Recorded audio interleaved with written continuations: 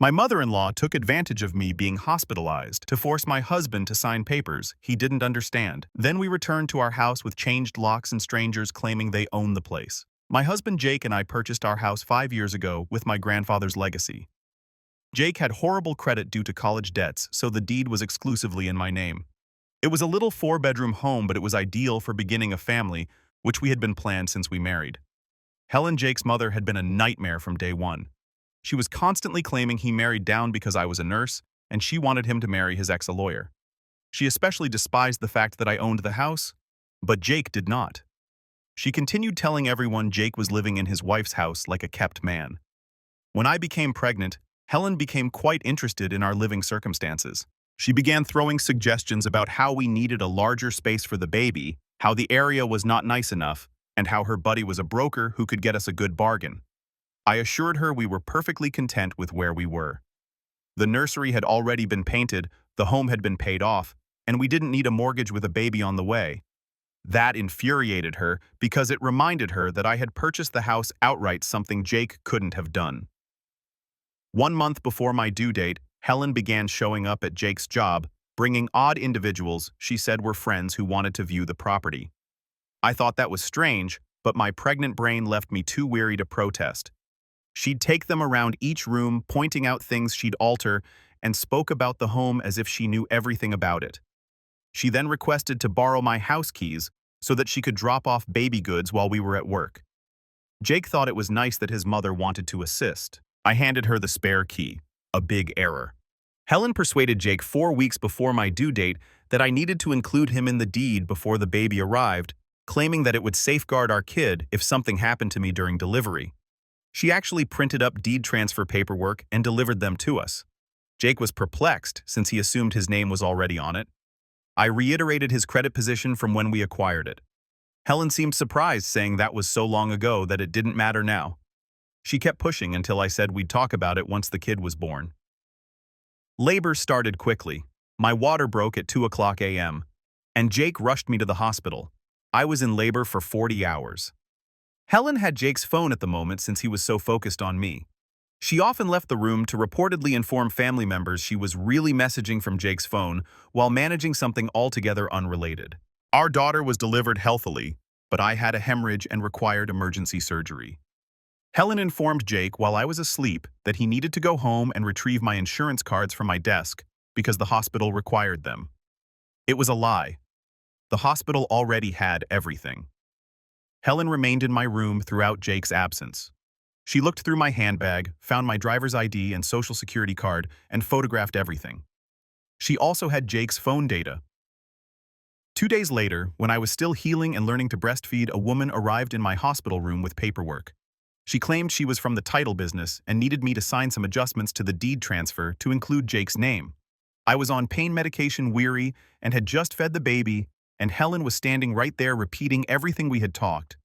She said the lawyer made a mistake and listed the transfer date as that day rather than 5 years ago when we purchased it.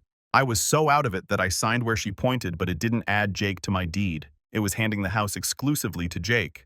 Helen had previously arranged for Jake to sign documents the day before when he returned home, explaining that it was power of attorney paperwork for my medical choices. 7 days after giving birth, we returned home to discover our locks changed and a sold sign in the yard. Helen stood in the driveway with a man she introduced as the new owner. She stated Jake had sold the house because we wanted a bigger space for the baby. She'd orchestrated the entire operation using photographs of my paperwork to fake initial agreements, having Jake inadvertently sign the sale papers and selling my property for cash to her friend's kid for half its worth. Lucas, the buyer, was standing there grinning with builders ready to begin modifications. Jake was extremely perplexed, claiming he had never promised to sell anything. Helen stated that he signed the documents and that she, as his mother, facilitated everything. She genuinely suggested that I praise her for managing things when I was being theatrical at the hospital. I phoned the police, but they stated it was a civil problem because paperwork had been signed. Lucas said all of the documentation was valid and we had 48 hours to get our belongings out. Helen had already rented us a 1-bedroom apartment across town, which she claimed would teach us gratitude. She continued emphasizing that young people didn't need to buy homes anyhow. Helen messed up here. Lucas wasn't simply her friend's son. He was a contractor who had lost his license 3 years prior for fraud. I'm standing in my driveway with my 5-day-old daughter, and this grinning stranger tells me I have 48 hours to get out of my own home. Jake is hurriedly contacting the police again, and I can hear Helen in the background saying we should be thankful she got us an apartment, as if she did us a favor by stealing my house. My daughter starts weeping, and I attempt to calm her down as Lucas continues to explain how all of the documentation is legal and binding. He's acting as if this is simply business, as if he had no idea what he was doing when he paid half the worth of my property to a lady who had no right to sell it. The contractors have already begun measuring the living room windows, and I can see them staring at me as if I am the issue, as if I am some insane woman who refuses to go. Jake eventually gets through to the police dispatcher who says someone will be out within an hour. Helen approaches and attempts to touch the infant, and I really back away from her. She appears to be harmed, but I am no longer concerned. She just snatched my house and is behaving as if I am being nasty to her. Lucas provides Jake a printed timetable of when we need to get our belongings out and what will happen if we do not comply. My legs feel weak, so I sit down on the front steps because I'm just 6 days post-surgery and shouldn't be standing for so long. The baby is still sobbing, and I need to feed her, but I won't do it in front of these folks. Jake comes down next to me, wraps his arm around my shoulders, and I can feel him shivering. He keeps apologizing, saying he had no clue what his mother was doing and that he believed he was signing medical documents. I trust him because Jake is bad at reading legal paperwork. And Helen knows this. She had spent his entire life doing things for him and instructing him what to sign. When one of the contractors approaches and asks if we need help transporting boxes to a truck, Jake instructs him to leave us alone. The guy backs off, but I can see they're all waiting for us to go so they can begin ripping down my house. The cops come and spend 30 minutes going over all of the documents Lucas brought. And the officer ultimately tells us that it appears to be legally binding, despite the fact that we had no intention of selling. He's looking at the signatures, dates, and title transfer paperwork and shaking his head as if he's seen this before, but he can't do anything about it. Lucas stands there with his arms crossed, appearing confident, while Helen lingers around attempting to explain that she was only assisting us in making a sound financial decision. The police asks if I signed the documents, and I explain that I was in the hospital for 7 days after giving birth, receiving pain medicine, and undergoing emergency surgery. He asks Jake whether he signed anything, and Jake gives him the documents Helen handed him, which he assumed were medical power of authority. The officer says this is certainly a civil case, and we should get a lawyer right now because it is more than just a property dispute. He proposes that we document everything and submit a complaint with the district attorney's office for potential fraud. My hands are trembling so much that I can hardly grasp my phone to begin searching for lawyers. The officer hands us a card for legal aid services and tells us to call them first thing Monday morning. It's Saturday afternoon, and I realize we have the entire weekend to deal with this nightmare before we can even attempt to solve it. Lucas asks the officer whether he can proceed with the improvements, and the officer responds that the transaction is lawful as far as he knows. So I start weeping again, and so does the baby, and Jake tries to speak to the officer about fraud and forgery, but the officer simply says, "We need a lawyer." Helen really attempts to embrace me, but I shove her away so forcefully that she stumbles. Jake shouts at his mother to go, and she appears confused as if she doesn't understand why we're furious with her. The officer asks if there would be a problem, and Jake answers, "No, we're leaving. We just need time to get our belongings." Lucas adds, "We just have 48 hours no longer." The police officer goes, and we're standing there with Helen, Lucas, and the contractors, and I feel like I'm in a bad dream where nothing makes sense. Jake's sister calls after hearing what occurred, and she is outraged with Helen, stating their mother has always been controlling, but this goes too far.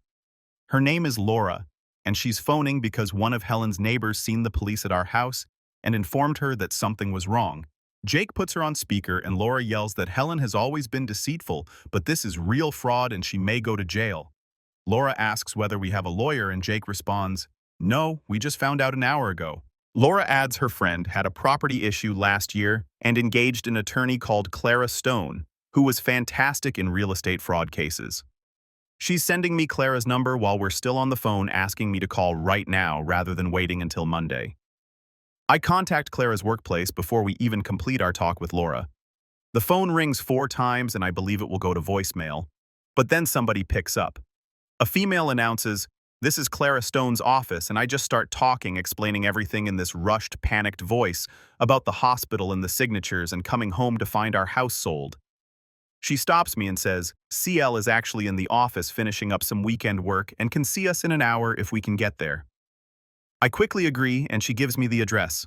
Jake is already placing the baby in her car seat, and we're leaving our house while Lucas and his workmen are measuring and planning their improvements. Clara meets with us that afternoon at her office, and I'm still in my baggy pregnancy clothing, spit up on my shoulder, and attempting to nurse discreetly throughout the appointment. Her workplace is modest, but well-organized, with paperwork neatly arranged on all surfaces and legal volumes decorating the walls. Clara is about 40 years old, has short dark hair, and wears spectacles. She has a concentrated attitude that makes me believe she is paying attention. She examines each document with extreme care and repeatedly returns to the chronology, asking precise questions about who had access to what information and when. She wants to know when Helen requested for the home keys, when she started bringing people in when the hospital paperwork was signed and everything. Jake and I take turns explaining while Clara takes notes in this really exact handwriting. She requests to see the paperwork I signed at the hospital, so I show her the images I snapped with my phone before we left the house. Clara focuses attention on the signature date and witness line. She asks who saw my signing, and I tell the title company representative and Helen. Clara's eyes sharpen, and she asks whether I was on pain medicine, to which I respond yes, along with being weary after 40 hours of labor. She questions Jake about the paperwork he signed, and he also gives her images of those. Clara lays out all of the paperwork on her desk and begins comparing signatures and dates, and I can feel her curiosity increasing as the fraud pattern becomes clear. She inquires about Lucas, and I inform her that he is an unlicensed contractor who lost his license for fraud 3 years ago. Clara genuinely grins for the first time and adds, "That's very helpful information." She asks how we found out, and Jake explains his sister Laura knows someone who formerly worked with Lucas. Clara says she wants to conduct a comprehensive background check on Lucas and the title business official who visited the hospital. Clara adds that the falsified signatures and my drug state are grounds for canceling the deal, but we must act quickly, since Lucas has already begun modifications, which will become more difficult to reverse with each passing day. She is discussing filing an emergency request for a temporary restraining order to prevent any alterations to the property while we fight the sale in court. She says, "The fact that I was in the hospital recovering from surgery and on medication makes the signature questionable at best. The fact that Jake thought he was signing medical papers and not sale documents is also important." She asks if we have any proof that Helen had access to our personal documents, and I tell her about giving her the spare key and leaving her alone in my hospital room. Clara claims it is circumstantial yet useful. She inquires about our money and whether we can afford to fight this. Jake and I gaze at each other. I tell her we have some funds but not much, and I'm meant to be on maternity leave for another 8 weeks. Clara says she'll work with us on payment arrangements, but the most important thing right now is to prevent Lucas from doing any more work on the property. She files an emergency motion for a temporary restraining order while we are seated in her office. She is typing quickly, looking up legal precedents, and describing what she is doing as she goes. For the first time since this nightmare began, I feel like someone is truly fighting for us, rather than simply telling us we're screwed. Clara says the hearing will probably be in 3 or 4 days, so we need to document everything Lucas does to the house between now and then. She instructs us to drive by and snap pictures every several hours if feasible. She also advises we should gather all of the paperwork Helen has given us concerning the house, every text message, email, and everything. Jake claims the most of it is on his phone, and Clara asks that it all be forwarded to her immediately. While waiting for the court hearing, Clara's investigator investigates Lucas's history and learns that he lost his contractor license after scamming 4 clients out of more than $250,000. Aaron, the investigator, contacts Clara 3 days after our initial meeting to provide information. Clara calls and puts Aaron on speaker. Aaron reveals that 5 years ago, Lucas had a contracting firm and accepted deposits from 4 separate households for big improvements. He completed some preliminary work before disappearing with their money. The family sued and won, but Lucas declared bankruptcy, so they never received anything. The state has withdrawn his contractor license, and he is not permitted to perform any contractual work. Aaron believes this is significant since it demonstrates a habit of deception and targeting vulnerable individuals. The detective discovers Zachary Hale Lucas's old business partner, who was duped in the prior scheme. Zachary is more than eager to reveal evidence of Lucas's deceptive tactics and history of targeting vulnerable persons. Aaron claims Zachary phoned him back within an hour of being contacted and had boxes of documentation from their company together. Zachary wants Lucas to face actual repercussions this time. Clara believes Zachary's testimony might be critical to our case since it demonstrates that Lucas understands precisely what he's doing when he takes advantage of others. She asks whether we're comfortable with her contacting Zachary directly, and we answer yes, certainly. Aaron also offers us Zachary's contact information in case we wish to chat to him ourselves. Jake contacts Zachary that night, and they speak for over an hour. Zachary informs Jake that Lucas particularly targets people in crisis circumstances because they are too stressed to read paperwork attentively. He cheated 4 families and is now doing it to us.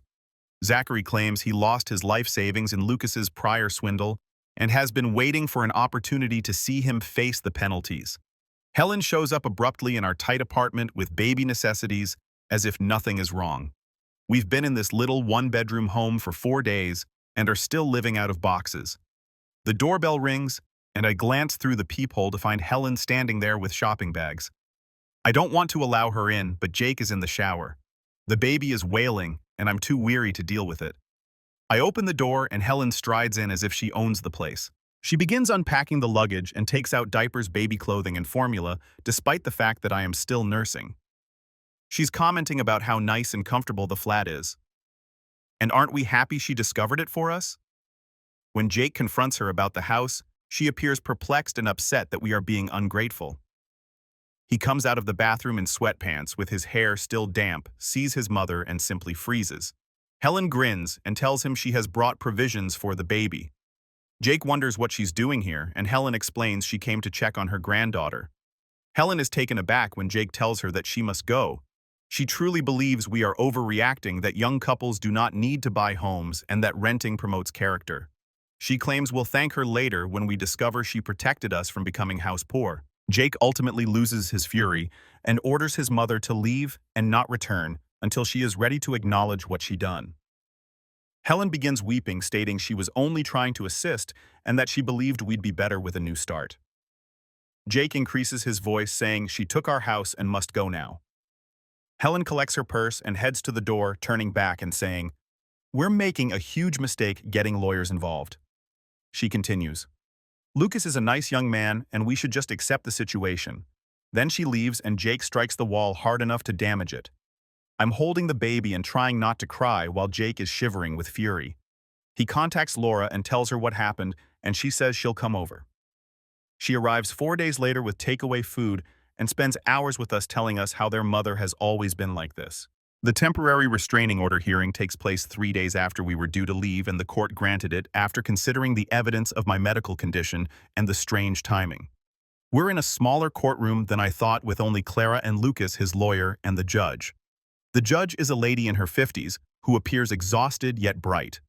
Clara gives all of the documentation, explains the history, and displays images of me in the hospital.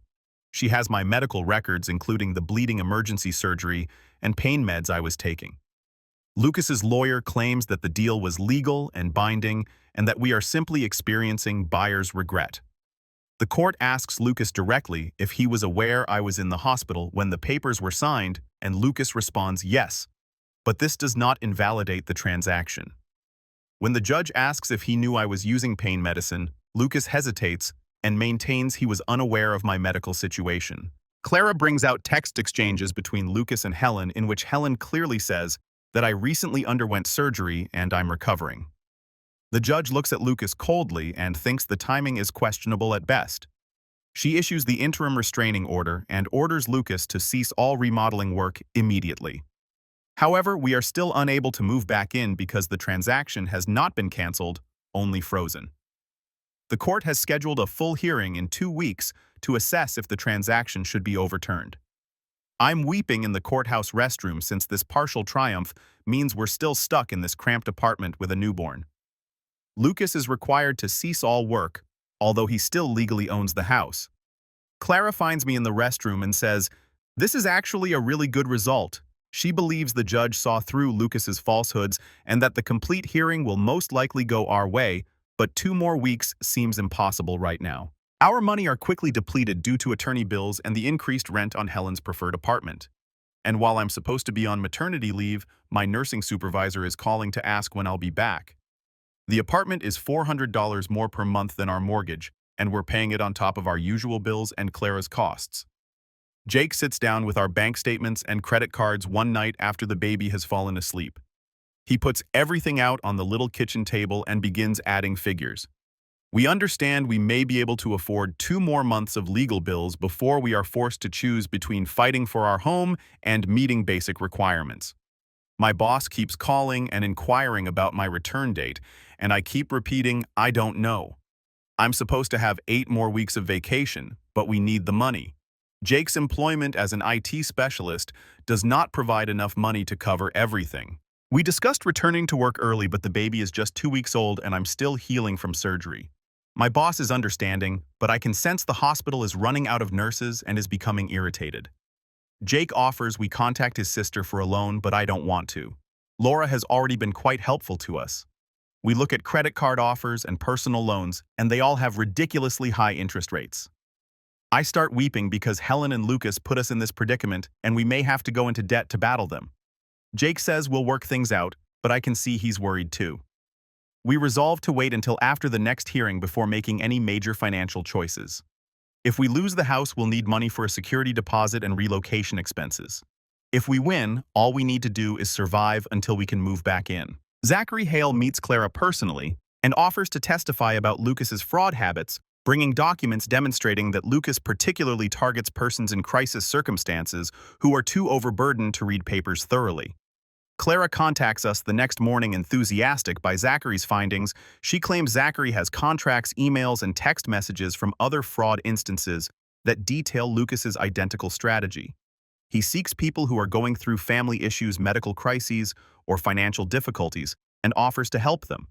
Then he forces them to sign paperwork they don't fully comprehend while distracted and anxious. Zachary lost his life savings in Lucas's prior swindle and has been waiting for an opportunity to see him face the penalties. Clara claims Zachary is willing to testify at the complete hearing, and his evidence might be crucial in establishing this wasn't simply a bungled transaction, but premeditated fraud. She asks if we want to meet with Zachary before the hearing, and we agree. We meet him at a coffee shop near our place, and Zachary is a skinny, jittery man in his 40s who appears to have not slept well in years. He shows us folders full of records and describes how Lucas persuaded him to spend their business savings on a property flip that never occurred.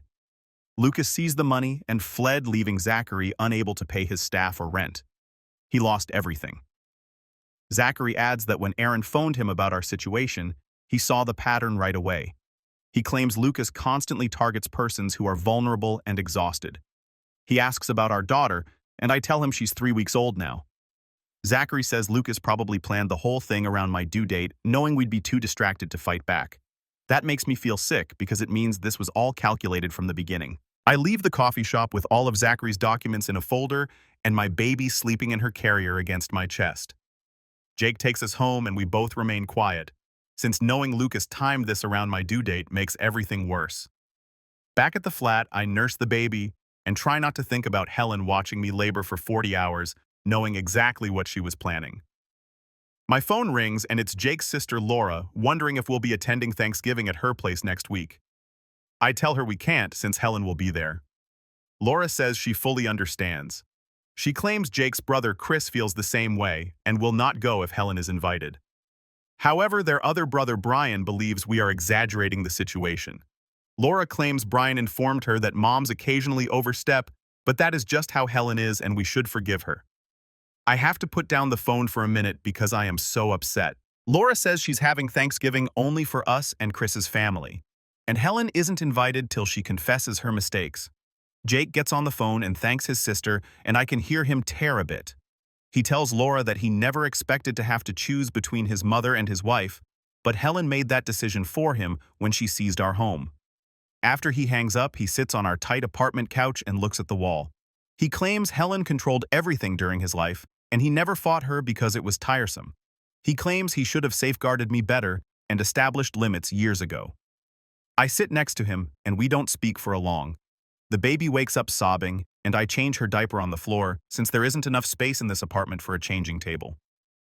4 days later, Clara calls with news of a settlement offer. Lucas's attorney approached her with what they describe as a nice compromise. We'd received 70% of the house's true worth in cash, and Lucas would keep the property. Clara suggests we should meet in person to discuss this. So we drove to her office with the baby. She lays out papers on her desk that display the figures. The house was valued around $320,000, and Lucas paid $160,000 for it. His offer would bring us $224,000. Clara says that going to trial is expensive, and the outcome is not assured even with all of our proof. She claims trials can last a year or more and cost tens of thousands of dollars in legal expenses. But if we accept this bargain, Helen and Lucas will get away with taking over $100,000 of my inheritance. I am shaking. I'm so furious. I tell Clara that I want to fight this all the way because they cannot simply take from us and then offer to return the majority of it as if they were doing us a favor. Jake agrees but seems concerned about the cost. Clara says she understands and believes we have a solid case, but she must be open about the dangers and expenditures. We inform her we're not taking the offer, and she nods and says she'll notify Lucas's attorney. Jake and I discuss money again while driving home. We have about $6,000 in savings after paying Clara's retainer and the first month's rent on this flat. Even if we win the trial, we will be absolutely broke in a year. Jake offers asking his sister for a loan, but I decline because Laura has done so much already. We look at credit card offers and personal loans, and they all have ridiculously high interest rates. I start weeping because Helen and Lucas have gotten us into this problem, and we may have to go into debt to battle them. Jake responds, "We'll figure something out, but I can see he's scared too." The next week, Clara's investigator contacts her with information concerning Helen's finances. Clara joins us at a coffee shop and tells us what he discovered. Helen owes more than $40,000 on credit cards and is facing foreclosure on her condo. The investigator discovered emails between Helen and Lucas, dated 6 months earlier, in which they discussed the house selling plan. Lucas offered Helen $25,000 if she helped him acquire the property at half price. Clara offers us printouts of the emails which I read on my phone while keeping the infant from snatching the papers. Helen wrote, "Things like this will solve both of our problems, and Jake will understand eventually." Lucas comments focus on timing and ensuring that all documentation seems real. Reading my mother-in-law's comments about snatching my house makes me ill. Clara replies, "This demonstrates Helen wasn't just controlling or making a mistake. She actively planned to commit fraud for money." Jake examines the emails, his hands trembling. He admits he knew his mother was problematic, but he never imagined she'd do something criminal with her own son. Clara argues that this material helps our case greatly by demonstrating preparation and intent. She'll send everything to the district attorney's office to determine whether they'll file criminal charges. When I ask Clara what it implies, she says Lucas and Helen might face fraud charges if the DA believes there is sufficient proof.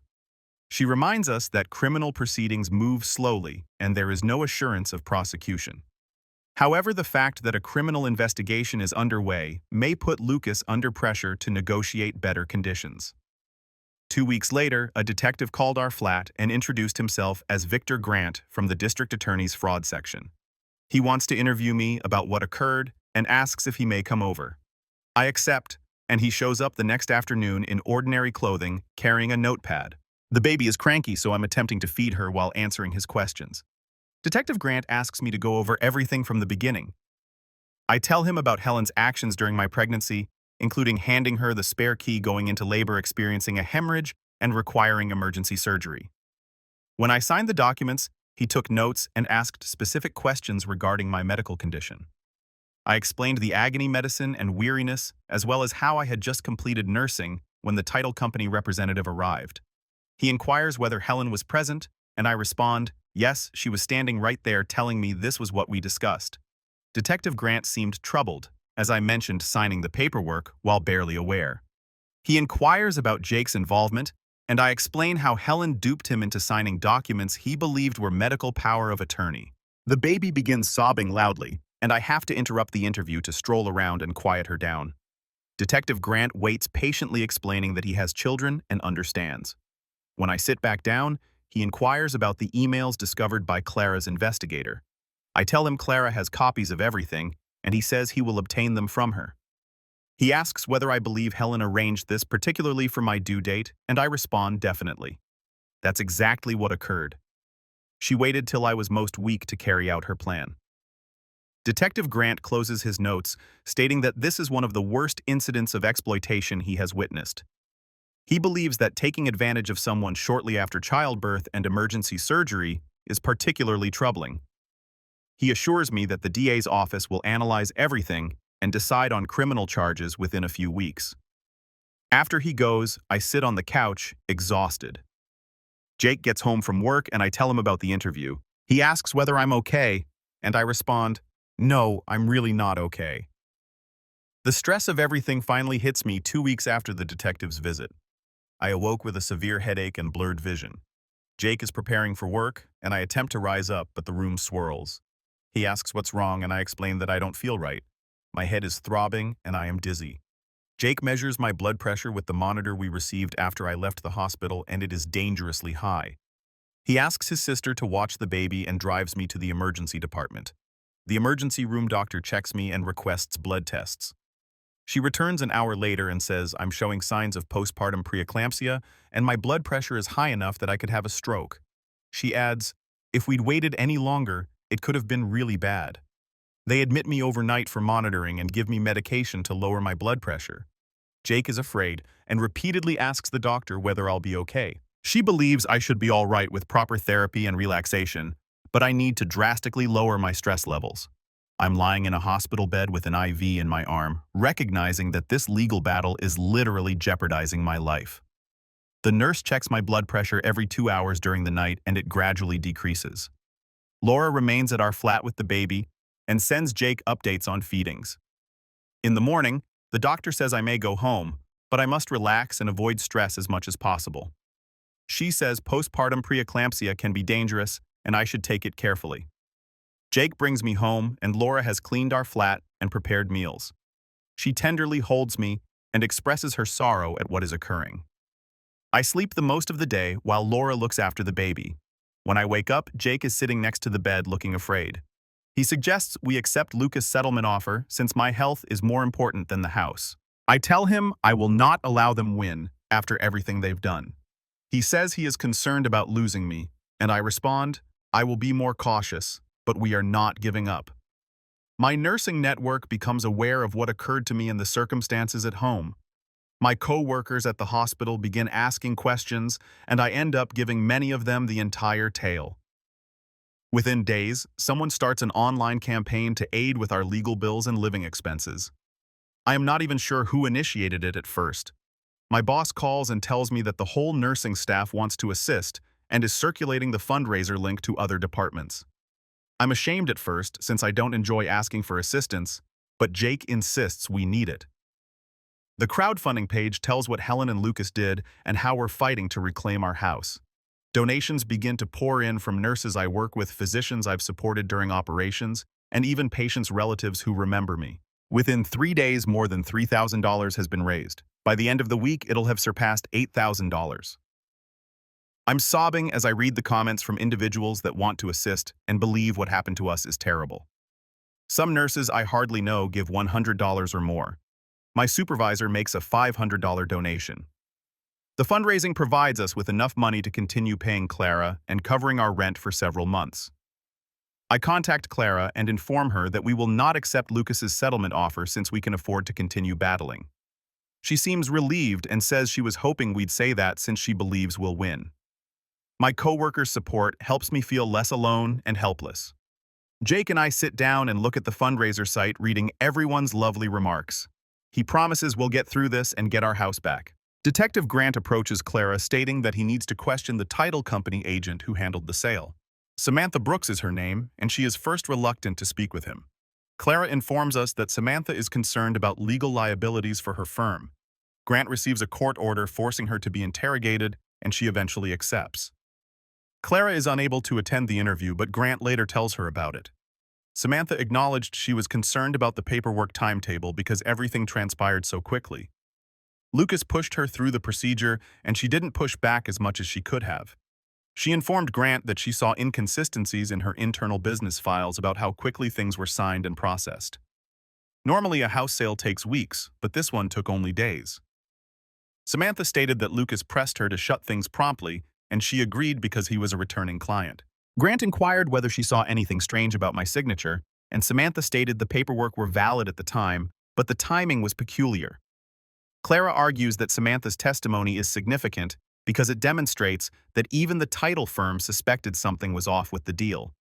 Her internal notes on inconsistencies will assist, indicate Lucas was aware he was doing anything improper. Grant informs Clara that Samantha's assistance greatly improves the criminal case. The district attorney's office is now seriously investigating fraud charges against Lucas and Helen. Clara phones us 2 weeks later with big news. She claims that the criminal probe has become substantial enough that Lucas's counsel is now concerned about jail time. Grant has created a case that demonstrates Lucas's practice of deception against several victims, including Zachary Hale. The emails between Lucas and Helen show that they planned the entire affair together. Samantha's evidence reveals that Lucas hastened the transaction despite knowing it was dubious. All of the information about my medical condition and the fake paperwork indicates that this was a premeditated deception against a vulnerable individual. Clara claims Lucas's attorney contacted her to arrange a fresh settlement on our terms rather than their prior lowball offer. Lucas's power has radically altered since he is facing criminal fraud accusations, which might result in actual prison time. Helen is being examined as an accomplice since the emails show she was part in the planning process. Clara claims that this is the first time she has truly believed that we will reclaim our home. Lucas's attorney wants to meet to negotiate conditions, and Clara believes they would agree to nearly anything to keep Lucas from going to trial on criminal charges. When I ask Clara what Helen is facing, she replies that if the DA charges her as an accomplice, she might face probation, community service, and reparations. Jake seemed relieved for the first time in months. We set up a meeting with Lucas's attorney for the next week to negotiate settlement terms. After 3 weeks of back and forth with our attorneys, we eventually reach an agreement. Lucas will return the house to us and put the deed back into my name. He will pay for all of our legal bills, including Clara's and the investigators. He will pay for our move back into the house as well as $18,000 in compensation for damages and lost equity. In addition to returning the home, Lucas must pay us around $40,000 in total. It's not perfect since we'll never be able to recoup the 4 months of rent we paid for this place, let alone the mental pain of what we went through. But the most important thing is that we have our house back. Lucas has pleaded guilty to fraud charges, which result in 2 years probation and reparations to his other victims, including Zachary Hale. He will not serve jail time, but he will have a criminal record and must repay everyone he scammed. Clara claims that the DA consented to probation instead of prison time since Lucas is cooperating and returning our house. We signed the settlement papers in Clara's office, and I'm trembling the entire time. Jake squeezes my hand and says, "We did it." After all of the paperwork is processed via the court system, the house will be returned to my name within 2 weeks. Helen's criminal case continues forward independently of Lucas's settlement with us. The DA accuses her as an accomplice to fraud based on emails indicating that she arranged everything with Lucas. She faces probation, 200 hours of community service, and a $12,000 reparation payment for her involvement in the fraud. Clara argues that Helen's penalty is less harsh than Lucas's since she did not immediately gain from the transaction, as Lucas never paid her the $25,000 he promised. The DA is treating her as a facilitator of the fraud rather than the primary culprit, but she's still getting a criminal record and must repay us. The $12,000 restitution is in addition to Lucas's settlement, bringing the total payout to $30,000. Helen loses the $25,000 Lucas promised her, and her financial condition worsens instead of improving. Laura informs us that Helen had to sell her condo to escape foreclosure and is now relocating into a modest apartment. Her credit card debt remains, and she now faces further court bills. I don't enjoy seeing her suffer, but there is justice in how her selfishness and cruelty backfired totally. She attempted to take my fortune, but ended up losing everything herself. The moving truck arrives on a Saturday morning 5 months after we signed the settlement documents, and I stood in our driveway holding my daughter, who has grown so much since that dreadful day when we returned home, to discover everything changed. Jake pulls boxes through the front door, which Lucas never had the time to fix. I accompany him inside to the living room where Lucas began taking down the carpet, but never completed.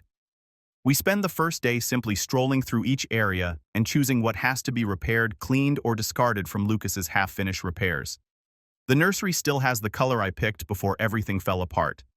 And I sit in it with my daughter crying a bit because we are finally home. Jake finds me there and sits down next to us on the floor, wrapping his arm over my shoulders without saying anything for a few minutes.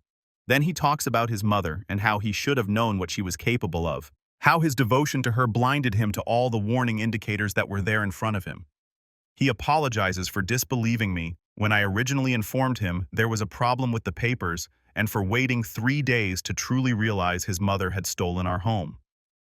We chatted for nearly an hour about what our family would look like in the future, about boundaries and trust, and how we will safeguard our daughter from others who pretend to love her but treat her cruelly.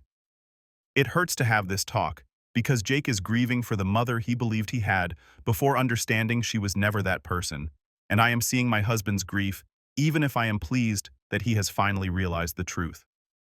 The next week, Jake calls his mother from our bedroom, while I am in the hallway, where I can hear everything. He informs Helen that she can visit her granddaughter, but only under supervision, and after completing a family therapy program centered on boundaries and restoring shattered trust. Helen instantly begins arguing that she does not require treatment, that she was simply trying to assist us, and that we are being unkind and ungrateful. Jake remains cool and repeats the requirements without giving in or allowing her guilt trip to affect him. She threatens to fight for grandparents' rights, which Jake says is a poor idea considering her recent felony conviction for fraud. Helen begins weeping, claiming Jake is choosing me over his own mother. And he says that he has chosen his wife and daughter, since that is what a husband and father do. Helen hangs up on him and Jake emerges from the bedroom fatigued but lighter in spirit. I tell him I'm proud of him for prioritizing our nuclear family, and he hugs me tightly, saying he should have done so years ago. 6 months after Lucas changed our locks and Helen devastated our lives, we've settled into a routine that feels almost normal. Our daughter is crawling around and gets into everything. And now that we've repaired all of the damage from Lucas's renovations, the house seems like our own again. Jake's connection with his mother is only maintained through infrequent supervised video conversations in which Helen refuses to recognize she did anything wrong. And I know their relationship will most likely never heal. However, his sister comes over twice a week to help with the baby. And his brother, who stood with us through everything, has become one of our best friends. Instead of pretending Helen's poisonous control was normal or appropriate, we're putting together the family support system we really need. My coworkers still check in with me on a daily basis to see how things are doing. And the nursing supervisor granted my desire to return part-time so I could spend more time with my baby. I'm now working 3 days a week, and we're steadily paying off the credit card debt we accumulated throughout the court battle. We are not where we were financially before Helen sold our house, and it will take another year to return to that stability. But we are going ahead, and our daughter is thriving in the home purchased with my grandfather's fortune, which was always the goal of battling so hard to reclaim it. I've learned that safeguarding your family often entails facing fights you never expected to confront, standing up to those who should love you, but chose to be unkind instead. I'm stronger for having survived this horror, even if I wish it had never occurred. And I know I can handle whatever happens next because I've already survived the worst-case scenario I could have imagined.